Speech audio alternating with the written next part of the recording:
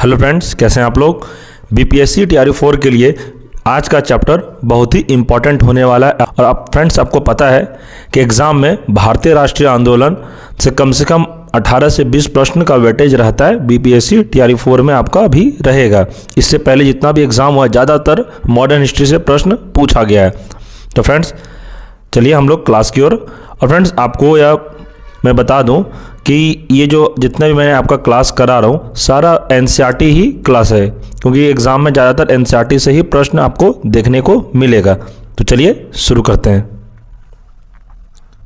वर्ष 1885 में भारतीय राष्ट्रीय कांग्रेस की स्थापना किसके द्वारा की गई? तो इसका आंसर जो ए.ओ. ह्यूम के द्वारा। फ्रेंड्स यह टीआरई 3 में पूछा गया प्रश्न है। आप अगर एग्ज़ाम दिए होंगे तो आपको पता होगा कि 1885 में भारतीय राष्ट्रीय कांग्रेस का स्थापना वाला क्वेश्चन एग्जाम में आया हुआ था। आगे, भारतीय राष्ट्रीय कांग्रेस का प्रथम अधिवेशन कब आयोजित किया गया? तो इसका आंसर है 28 दिसंबर 1885 को। नेक्स्ट, भारतीय राष्ट्रीय कांग्रेस का प्रथम अध्यक्ष कौन थे? तो इसका आंसर हो जाएगा वेमेश चंद्र बनर्जी थे।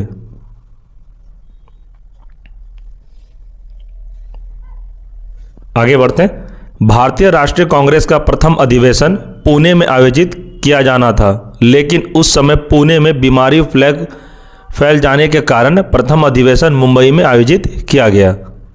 तो याद रखिएगा फ्रेंड्स कि इसमें कह रहा है कि भारतीय राष्ट्रीय कांग्रेस का जो प्रथम अधिवेशन है वो पुणे में आयोजित किया जाना था, लेकिन उस समय पुणे में बीमारी फैल जाने के कारण प्रथम अधिवेशन मुंबई में आयोजित किया गया। तो इसे आप याद रखिएगा। भारतीय राष्ट्रीय कांग्रेस के दूसरे अधिवेशन की अध्यक्षता किसने की? तो इसका आंसर है दादा भाई नौरोजी ने की थी दूसरे अधिवेशन की अध्यक्षता। तो आपको याद रखना है कि भारतीय राष्ट्रीय कांग्रेस के दूसरे अधिवेशन की अध्यक्षता दादा भाई नौरोजी ने की थी। आगे, स्वराज को राष्ट्रीय मांग के रूप में सर्वप्रथम किसने रखा था? तो इसका आंसर है दादा भाई नौरोजी ने। नेक्स्ट देखते हैं, भारतीय राष्ट्रीय कांग्रेस की स्थापना के समय भारत का वायसराय कौन था? तो इसका आंसर हो जाएगा लॉर्ड डफरिन था। नेक्स्ट, कांग्रेस को सूक्ष्मदर्शी अल्पसंख्यक जनता का प्रतिनिधित्व बताते हुए उसका मजाक किसने उड़ाया था? तो यह लॉर्ड डफरिन ने उड़ाया था कि कांग्रेस को सूक्ष्मदर्शी अल्पसंख्यक जनता का प्रतिनिधित्व करता है। इन्हीं का यह कथन था। किसका? तो लॉर्ड डफरिन का।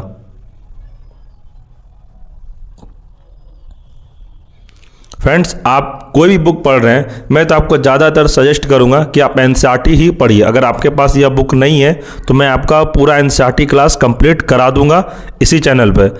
यह खास चैनल बीपीएससी टीआरई 4 के लिए ही क्रिएट किया गया है। तो आप बिल्कुल भी टेंशन नहीं लीजिए। आपका एग्जाम में 100% जितना मैं क्लास कराऊँ उसी के अंदर ही प्रश्न आपको देखने को मिलेगा। क्योंकि फ्रेंड्स ज़्यादा पढ़ने से कुछ नहीं होगा, कंटेंट पे काम हो रहा है। इसमें उतना ही आपको कंटेंट दिया जाएगा जितना एग्जाम में पूछा जा रहा है प्रश्न। आप नहीं तो प्रीवियस ईयर उठा के देख लीजिएगा, जितना भी तक मैं क्लास करवाया हूँ ज़्यादातर एनसीईआरटी से है कि नहीं। मैं सारा आपको हर कंटेंट दूंगा। इसलिए फ्रेंड्स मैं हर रात में 8 बजे रात आप हमारे चैनल से जुड़ सकते हैं और उसमें बिहार एससीईआरटी एमसीक्यू का क्लास भी कर सकते हैं। बहुत सारे स्टूडेंट का क्वेरी आ रहा था कि सर आप एससीईआरटी भी पढ़ाइए।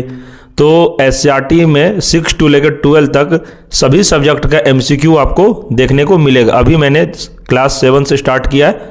हिस्ट्री में 2 चैप्टर आप लोगों का कंप्लीट करा दिया। जितने भी एमसीक्यू बनने का था सारा मैं उसमें एक पीडीएफ में कवर करने का कोशिश किया हूँ कि एग्जाम में आपका एक भी प्रश्न नहीं छूटे, चाहे वो एनसीईआरटी से प्रश्न आए या फिर एससीईआरटी से प्रश्न आए। आपका एग्जाम में कहीं से भी प्रश्न आए, बस आपका एग्जाम में प्रश्न एक भी छूटना नहीं चाहिए। तो फ्रेंड्स अगर आपने एससीईआरटी क्लास नहीं देखा है तो प्लेलिस्ट बना हुआ है चैनल पे हमारा, आप जाके देख सकते हैं। आगे पढ़ते हैं। प्रारंभ में भारतीय राष्ट्रीय कांग्रेस का नाम भारतीय राष्ट्रीय संघ रखा गया था। बाद में दादा भाई नौरोजी ने के सुझाव पर इसका नाम परिवर्तित कर भारतीय राष्ट्रीय कांग्रेस कर दिया गया।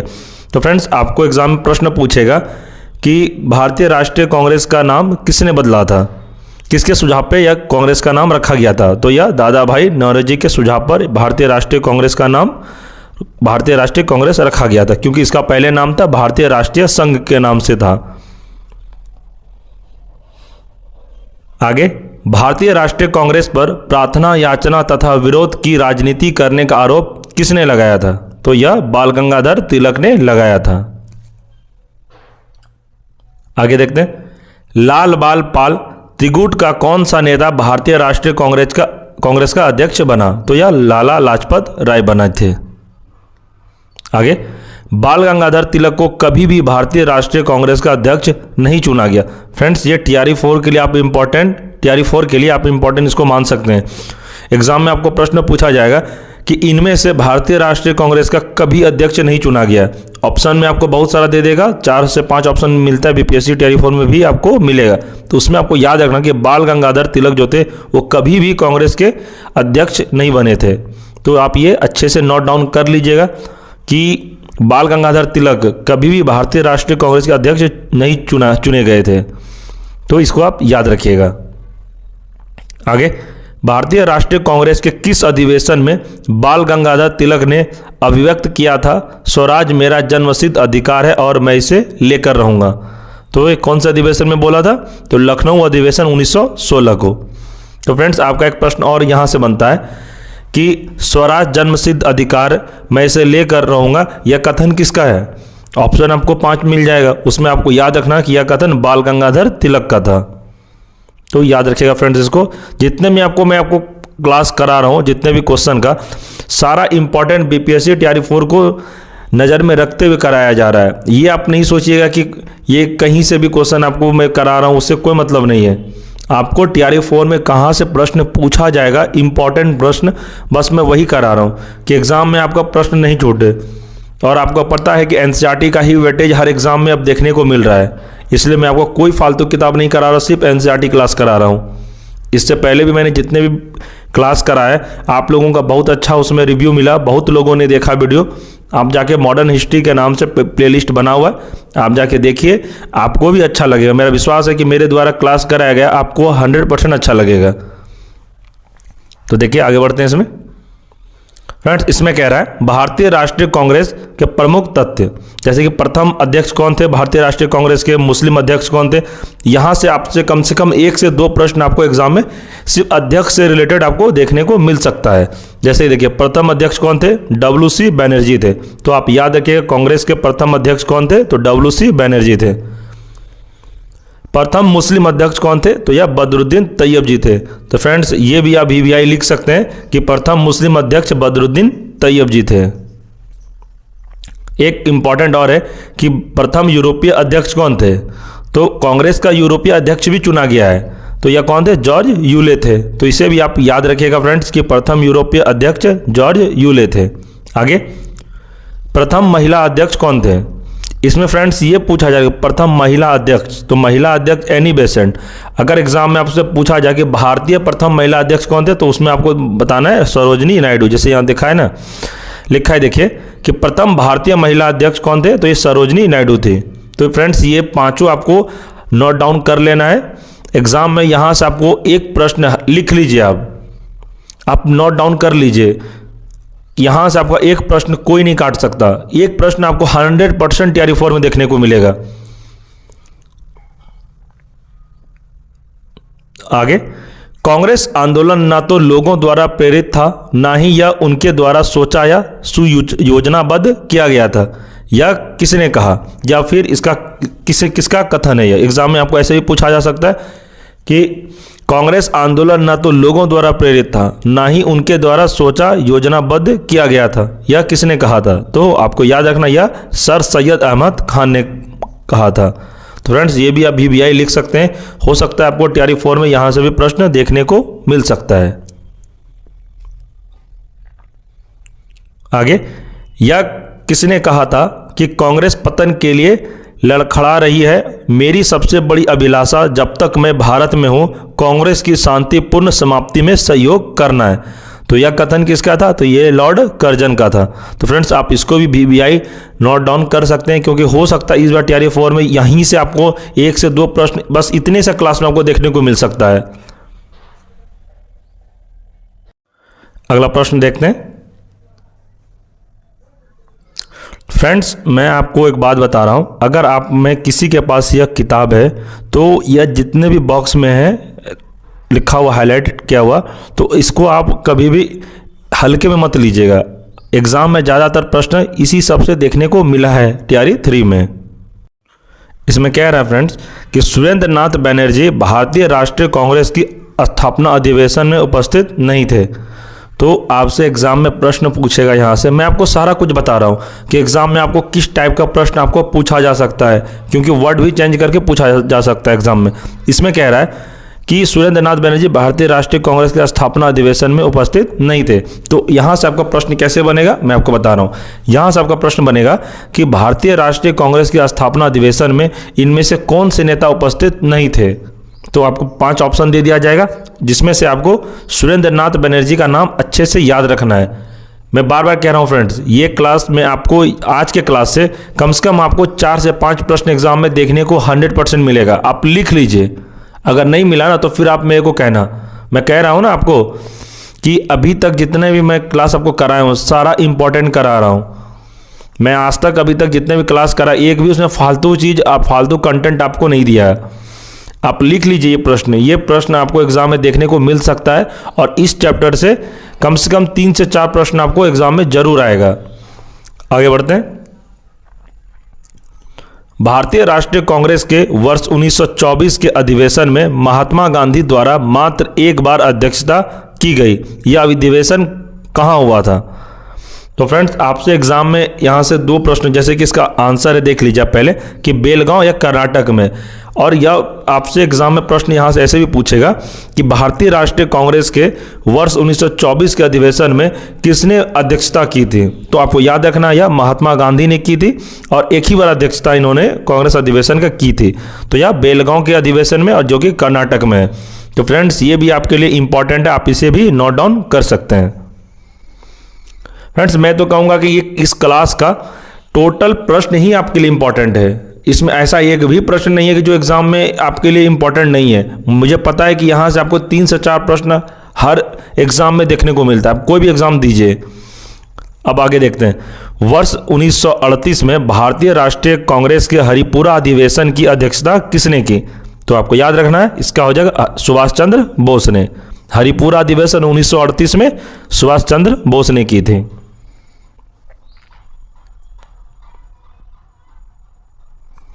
आगे देखते हैं। वर्ष 1939 के भारतीय राष्ट्रीय कांग्रेस के अधिवेशन के दौरान सुभाष चंद्र बोस द्वारा अध्यक्ष पद से इस्तीफा के बाद किसे अध्यक्ष चुना गया? तो फ्रेंड्स आपको ये भी याद रखना है कि 1939 में भी भारतीय राष्ट्रीय कांग्रेस के अधिवेशन सुभाष चंद्र बोस ही थे।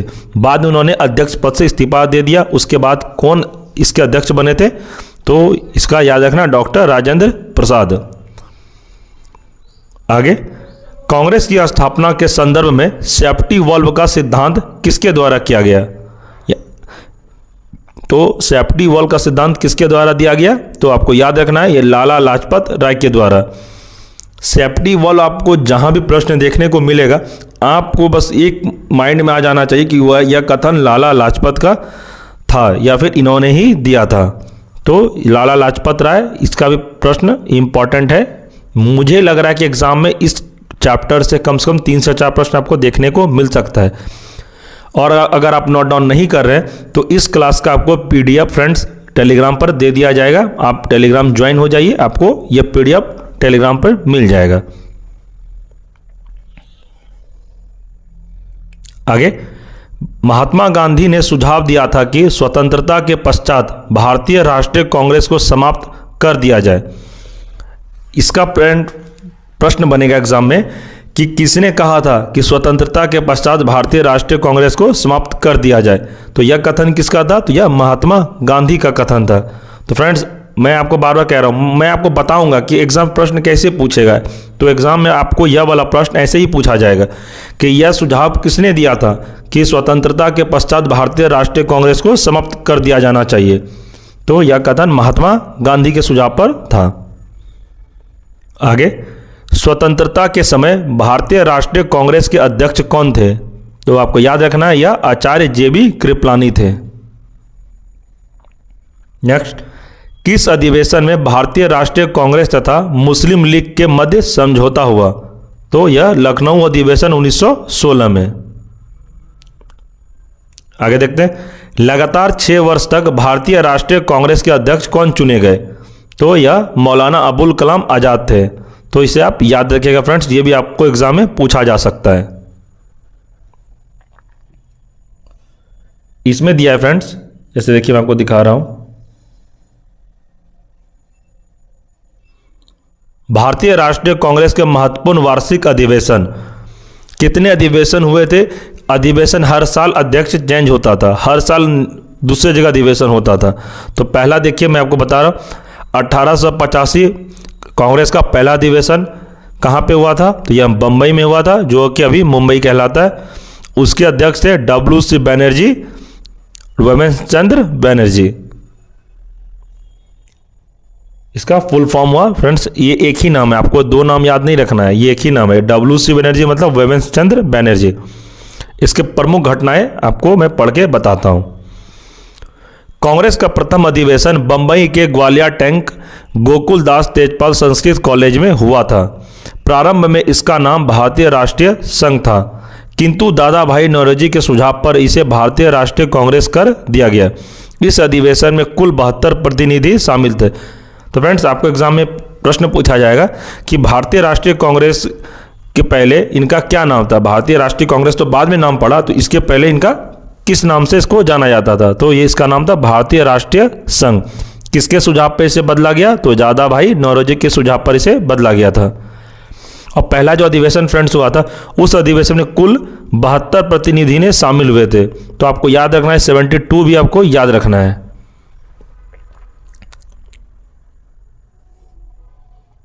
आगे है 1886, जो कि कलकत्ता में हुआ था अधिवेशन, और इसके अध्यक्ष दादा भाई नौरोजी। ये प्रथम पारसी अध्यक्ष थे। एग्जाम में फ्रेंड्स आपको पूछा जाएगा प्रश्न कि कांग्रेस अधिवेशन में कि प्रथम पारसी अध्यक्ष कौन चुने गए थे? तो प्रथम पारसी अध्यक्ष आपको बताना है, ये दादा भाई नौरोजी थे, जो कि कलकत्ता अधिवेशन के लिए इन्हें अध्यक्ष पद के लिए चुना गया था 1886 में। इनके प्रमुख घटनाएं देखते हैं।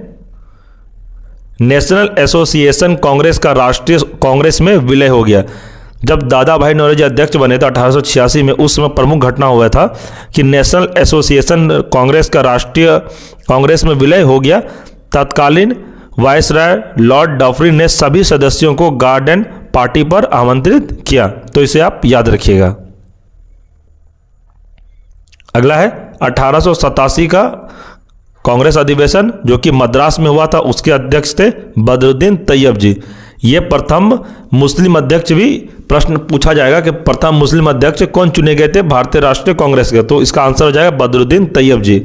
ये मद्रास में ये अध्यक्ष की अध्यक्षता किए थे कांग्रेस का, और जो कि 1887 में हुआ था। इसके समय प्रमुख घटनाएं देखते हैं। सर्वप्रथम तमिल भाषा में भाषण दिया था। सशस्त्र अधिनियम में संशोधन। आगे 1888 का अधिवेशन, जो कि इलाहाबाद में हुआ था, और इसके अध्यक्ष थे जॉर्ज यूले, जिसको हम प्रथम अंग्रेज अध्यक्ष कहते हैं। आपसे एग्जाम में प्रश्न ऐसे भी पूछेगा कि भारतीय राष्ट्रीय कांग्रेस के प्रथम अंग्रेज अध्यक्ष कौन थे? तो आपको याद रखना है फ्रेंड्स, ये जॉर्ज यूले थे, जो कि इलाहाबाद में इन्होंने अध्यक्षता की थी, और यह 1888 में यह अधिवेशन हुआ था। इनके समय प्रमुख घटनाएं को पढ़ेंगे। जॉर्ज यूले प्रथम यूरोपीय निर्वाचित अध्यक्ष बने। इलाहाबाद के गवर्नर ऑकलैंड के विरोध के बावजूद सम्मेलन संपन्न हुआ। इस अधिवेशन में पहली बार लाला लाजपत राय ने हिंदी में भाषण दिया। तो फ्रेंड्स आपसे एग्जाम में यह भी प्रश्न पूछा जाएगा कि लाला लाजपत राय ने पहली बार हिंदी में भाषण किस अधिवेशन में दिया था? तो आपको याद रखना, यह इलाहाबाद जब अधिवेशन हो रहा था, जॉर्ज यूले उसके अध्यक्ष, उसी समय लाला लाजपत राय ने हिंदी में भाषण दिया था।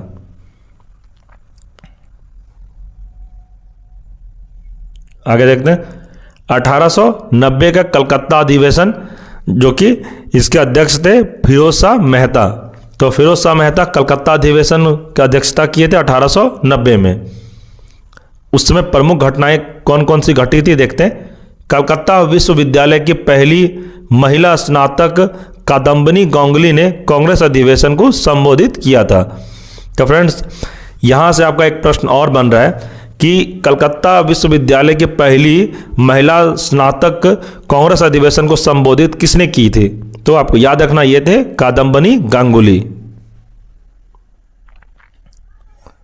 आगे 1896 में कांग्रेस का अधिवेशन कहाँ हुआ था? तो ये कलकत्ता में हुआ था। इसके अध्यक्ष थे रहमतुल्लाह एम सयानी। तो इसे भी आप याद रखिएगा। उसमें प्रमुख घटना फ्रेंड्स ये हुआ था कि पहली बार वंदे मातरम गाया गया था। आपसे एग्जाम में प्रश्न पूछा जाएगा कि पहली बार वंदे मातरम किस अधिवेशन में गाया गया था? तो आपको याद रखना 1896 में कलकत्ता अधिवेशन में यह वंदे मातरम गाया गया था। उस समय अध्यक्ष थे रहमतुल्लाह एम सयानी। तो फ्रेंड्स ये भी आपके लिए VVI हो सकता है कि पहली बार वंदे मातरम किस अधिवेशन में गाया गया था। तो आप इसे भी याद रखिएगा। 1905 का अधिवेशन जो कि बनारस में हुआ था, उनके अध्यक्ष थे 1905 में जो कांग्रेस अधिवेशन हुआ था बनारस में, उसके अध्यक्ष थे कौन? गोपाल कृष्ण गोखले। तो इसे भी आप याद रखिएगा फ्रेंड। 1905 वाला आपको माइंड में सेट कर लेना है, क्योंकि इसमें प्रमुख घटना क्या हुआ था मैं आपको बता रहा हूं। उस समय बंगाल विभाजन की आलोचना की गई, स्वदेशी व बहिष्कार का समर्थन किया गया। तो फ्रेंड्स 1905 में बंगाल विभाजन किया गया था। उस समय अध्यक्ष थे गोपाल कृष्ण गोखले। आपको एग्जाम में प्रश्न पूछेगा कि बंगाल विभाजन के समय भारतीय राष्ट्रीय कांग्रेस के अध्यक्ष कौन थे? तो आपको याद रखना है, या गोपाल कृष्ण गोखले थे। आगे देखते हैं 1906 का अधिवेशन जो कि कलकत्ता में हुआ था, उसके अध्यक्ष कौन थे? तो ये दादा भाई नौरोजी थे। उसमें प्रमुख घटना क्या हुआ था मैं आपको अभी बता रहा हूं। दादा भाई नौरोजी ने स्वराज स्वशासन शब्द का कांग्रेस के मंच से प्रथम बार प्रयोग किया। तो फ्रेंड्स आपसे एग्जाम में प्रश्न पूछा जाएगा कि स्वराज स्वशासन शब्द का कांग्रेस के मंच से प्रथम बार प्रयोग किसने किया था? तो यह दादा भाई नौरोजी ने किया था। तो किस अधिवेशन में किया था? तो कलकत्ता अधिवेशन 1906 में, जब कलकत्ता में अधिवेशन हुआ था, जिसके अध्यक्ष दादा भाई नौरोजी थे।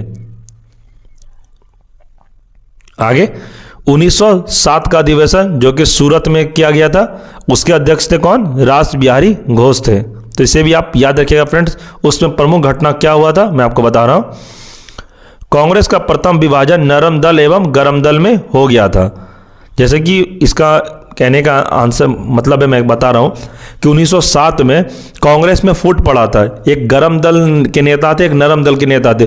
दोनों में आपस में नहीं बना, जिसमें कांग्रेस विभाजित हो गया। दोनों टूटकर अलग अलग दोनों ने पार्टी बना लिया। ये मैं आपको आगे समझाऊंगा कि क्यों ये लोग टूट गए अपने में, गरम दल और नरम दल में। फिलहाल आपको ये याद रखना है कि रास बिहारी घोष सूरत अधिवेशन 1907 में जो हुआ था, रास बिहारी घोष उसके अध्यक्ष थे। उसी में कांग्रेस का आपस में फूट पड़ा था, यानी कि विभाजन कांग्रेस का हो गया था। आगे देखते हैं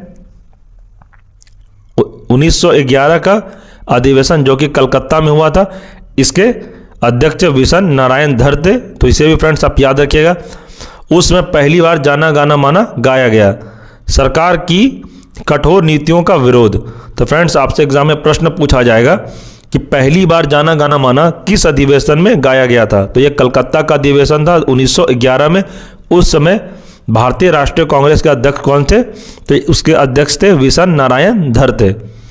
तो इस फ्रेंड्स ये भी आपको याद रखना है कि कांग्रेस पहली बार जाना गाना माना हो सकता, ये वाला आपको एग्जाम में प्रश्न देखने को मिल सकता है, एक ये वाला और एक ये वाला, कि पहली बार वंदे मातरम किस अधिवेशन में गाया गया था। एक प्रश्न ये है आपके लिए इंपॉर्टेंट, और पहली जाना गाना माना किस अधिवेशन में गाया गया था। तो दोनों फ्रेंड्स आपको याद रखना। अगर आपको वीडियो एक बार में समझ में नहीं आ रहा है तो 2 से 3 बार वीडियो को रिपीट मोड में आप देख लीजिए, आपको याद हो जाएगा। आगे देखते हैं 1916 का अधिवेशन जो कि लखनऊ में हुआ था, उसके अध्यक्ष कौन थे? तो ये अंबिका चरण मजूमदार थे। तो उनके प्रमुख घटना उस समय क्या हुए थे देखते हैं। नरम दल एवं गरम दल का एकीकरण, कांग्रेस और मुस्लिम लीग में समझौता। तिलक ने नारा दिया, स्वराज मेरा जन्मसिद्ध अधिकार है, मैं इसे लेकर रहूंगा। तो फ्रेंड 1916 में मेन प्रमुख घटना यही हुआ कि उस समय नरम दल और गरम दल आपस में एकजुट हो गए। मतलब कि जो 1907 में जो दोनों में फूट पड़ा था, दोनों दल अलग अलग हो गए थे। 1916 में यह दोनों दल आपस में मिल गए। कौन कौन? तो नरम दल और गरम दल। और कांग्रेस और मुस्लिम लीग में समझौता ने तिलक ने करा दिया। और फ्रेंड्स आपसे एग्जाम में प्रश्न पूछा जाएगा कि स्वराज मेरा जन्मसिद्ध अधिकार है, मैं इसे लेकर रहूंगा, यह किस अधिवेशन में बोला गया था और किसके द्वारा? तो आपको याद रखना है, यह किसने नारा दिया था? यह बाल गंगाधर तिलक ने दिया था। कौन सा अधिवेशन में? तो लखनऊ अधिवेशन, जिसके अध्यक्ष थे अंबिका चरण मजूमदार। आगे 1917 का अधिवेशन जो कि कलकत्ता में हुआ था, इनके अध्यक्ष कौन थे? तो यह एनी बेसेंट थे, जो प्रथम महिला अध्यक्ष थी। आपसे एग्जाम में प्रश्न पूछा जाएगा कि भारतीय राष्ट्रीय कांग्रेस की प्रथम महिला अध्यक्ष कौन थी? तो आपको याद रखना यह एनी बेसेंट थी। और फ्रेंड्स, आपको एक प्रश्न और देखने को मिलेगा एग्जाम में कि भारतीय राष्ट्रीय कांग्रेस की भारतीय महिला पहली महिला कौन अध्यक्ष बनी थी? तो भारतीय महिला का अगर नाम आपको देखने को मिलेगा क्वेश्चन में भारतीय, तो वहां आपको सरोजनी नायडू मारना है, ये नहीं कि एनी बेसेंट लगा देना है। प्रश्न रहेगा प्रथम महिला, भारतीय राष्ट्रीय कांग्रेस की प्रथम महिला अध्यक्ष, तो आपको एनी बेसेंट लगाना है। और प्रश्न रहेगा भारतीय राष्ट्रीय कांग्रेस की प्रथम भारतीय महिला कौन थी? तो वहां पे आपको लगाना है कौन? तो सरोजनी नायडू। तो फ्रेंड्स, 1917 में कौन प्रमुख घटना हुए थे देखते हैं। सर्वप्रथम तिरंगे झंडे को कांग्रेस ने अपनाया। तो फ्रेंड्स, ये भी क्वेश्चन आपके लिए इंपॉर्टेंट है कि सर्वप्रथम तिरंगे झंडे को कांग्रेस ने किस अधिवेशन में अपनाया था? तो आपको याद रखना यह कलकत्ता का अधिवेशन 1917 में, जिसके अध्यक्ष कौन थे? तो ये एनी बेसेंट थी। तो उस समय यह झंडे को कांग्रेस ने अपनाया था। तो इसे आप याद रखिएगा फ्रेंड्स, ये भी आपके लिए एग्जाम में इंपॉर्टेंट हो सकता है। आगे 1920 का अधिवेशन जो कि नागपुर में हुआ था, सी विजय राघवाचार्य। तो फ्रेंड्स, जिसके अध्यक्ष कौन थे? सी विजय राघवाचार्य थे। उसमें प्रमुख घटना क्या हुए थे? उस समय असहयोग आंदोलन के कार्यक्रम का अनुमोदन। तो इसे आप याद रखिएगा। 1924 का अधिवेशन कहाँ हुआ था? तो यह बेलगांव में हुआ था, जो कि कर्नाटक में है। इसके अध्यक्ष कौन थे? तो यह महात्मा गांधी थे।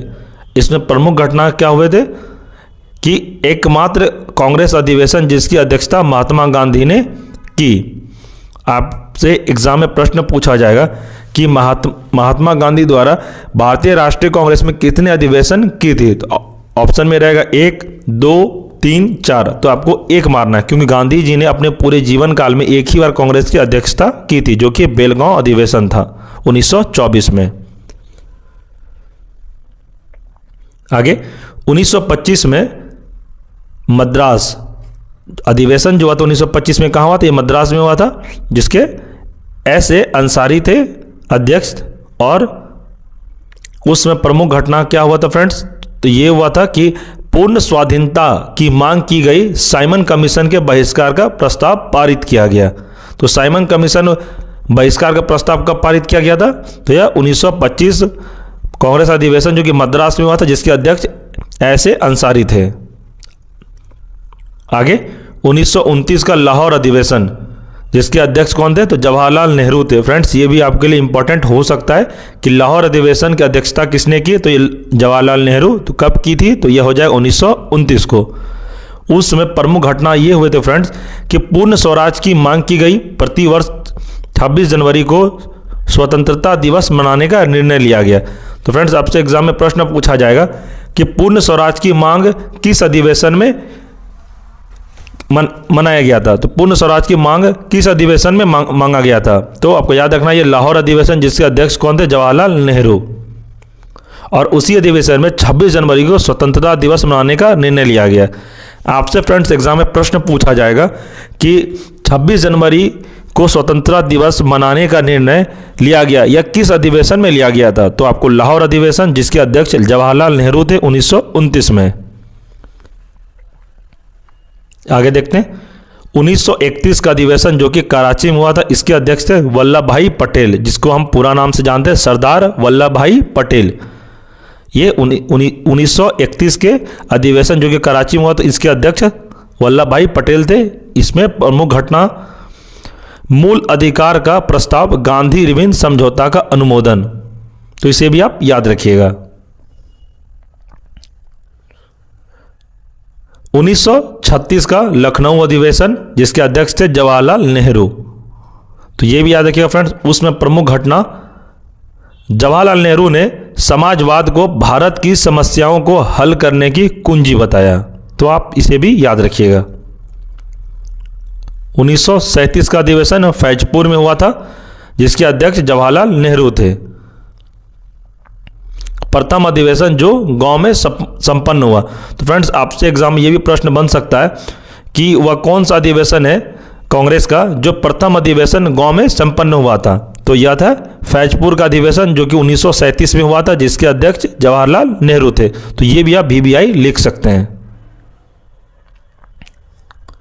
आगे 1938 का अधिवेशन जो कि हरिपुरा में हुआ था, जिसके अध्यक्ष कौन थे? तो यह सुभाष चंद्र बोस थे। उसमें प्रमुख घटना यह हुआ था कि राष्ट्रीय नियोजन समिति का गठन किया गया, जिसके अध्यक्ष जवाहरलाल नेहरू बने। सुभाष चंद्र बोस द्वारा हिंदी भाषा के लिए रोमन लिपि लागू करने की वकालत की थी। 1940 का अधिवेशन कांग्रेस का, जिसका कहाँ पे हुआ था अधिवेशन? तो यह रामगढ़ में हुआ था, जिसके अध्यक्ष थे मौलाना अबुल कलाम आज़ाद। उसमें प्रमुख घटना मौलाना अबुल कलाम आज़ाद लगातार 6 वर्ष तक कांग्रेस के अध्यक्ष पद पर रहे। तो इसे भी आप याद रखिएगा कि एग्जाम में प्रश्न पूछा जाएगा कि इनमें से कौन लगातार 6 वर्ष तक कांग्रेस के अध्यक्ष पद पर बने रहे थे। तो आपको याद रखना यह मौलाना अबुल कलाम आज़ाद थे। 1946 का कांग्रेस अधिवेशन जो कि मेरठ में संपन्न हुआ था, इसके अध्यक्ष थे आचार्य JB कृपलानी। उस समय आज़ादी के समय यही अध्यक्ष थे। तो फ्रेंड्स इसे आप याद रखिएगा। फ्रेंड्स कांग्रेस अधिवेशन से रिलेटेड जितने भी प्रश्न इंपॉर्टेंट था इस वीडियो मैंने आपका कंप्लीट करा दिया। और फ्रेंड्स अब मैं आपको गारंटी कहता हूँ इससे बाहर आपका एक भी प्रश्न नहीं जाएगा। मैं जानता हूँ अगर आप मेरे बात पे आपको ट्रस्ट नहीं है तो आप जितने भी TRE 3 तक एग्ज़ाम हुआ है आप जाके प्रीवियस ईयर क्वेश्चन पेपर आप देख लीजिए। यहाँ से प्रश्न आपको कितना देखने को मिलता है और इसी वीडियो से आपको देखने को मिल जाएगा। ये मैं आपको लिख के दे सकता हूँ। जैसे कि ये वाला प्रश्न जो है फर्स्ट प्रश्न ये TRE 3 में पूछा गया है, इसलिए मैं कह रहा हूँ कि आज का वीडियो में आपका भारतीय राष्ट्रीय कांग्रेस से रिलेटेड जितने भी प्रश्न पूछा जाएगा इसी वीडियो से आपका कवर हो जाएगा। तो फ्रेंड्स अगर आप चैनल पर नए हैं तो चैनल को सब्सक्राइब जरूर कर लें और बेल आइकन को प्रेस अवश्य कर लें। और फ्रेंड्स टेलीग्राम पर आप लोग जरूर ज्वाइन कर जाइएगा, वहाँ पे आपको क्लास का PDF नोट्स वहाँ पे प्रोवाइड करा दिया जाता है। तो इस क्लास का आपको PDF चाहिए तो टेलीग्राम पर ज्वाइन हो जाइए, वहाँ आपको PDF मिल जाएगा।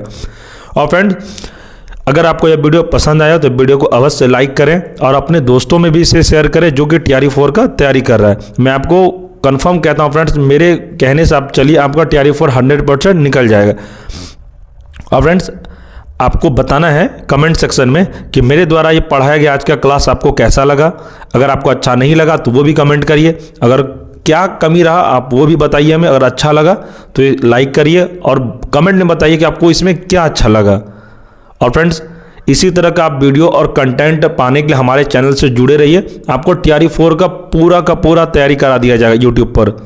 मैं सिर्फ TRE 4 को ही पढ़ा रहा हूँ अभी, ज़्यादातर TRE 4 ही इसमें आपको देखने को मिलेगा। और फ्रेंड्स आप लोगों के लिए एक सूचना है, मैं आप लोगों के लिए कम से कम 150 से 2 पेज का एक आप लोगों का नोट्स तैयार करवा रहा हूँ, जो कि मैं आपको फ्री में टेलीग्राम पर आपको प्रोवाइड करवा दूंगा। जो कि एग्ज़ाम से 1 महीने पहले आपको वो शॉर्ट नोट्स आपको मैं प्रोवाइड कराऊंगा, जिसमें से आपको 60 से 70 प्रश्न आपको एग्ज़ाम में देखने को मिल सकता है। अभी उस पर काम चल रहा है, टाइपिंग पे काम चल रहा है और भी प्रश्न को रिसर्च के द्वारा सर्चिंग किया जा रहा है कि कौन कौन प्रश्न एग्जाम में ज़्यादातर पूछा जाता है। तो फ्रेंड्स आप टेंशन मत लीजिए, आपका तैयारी और हमारी जिम्मेदारी, उसका आप टेंशन छोड़ दीजिए।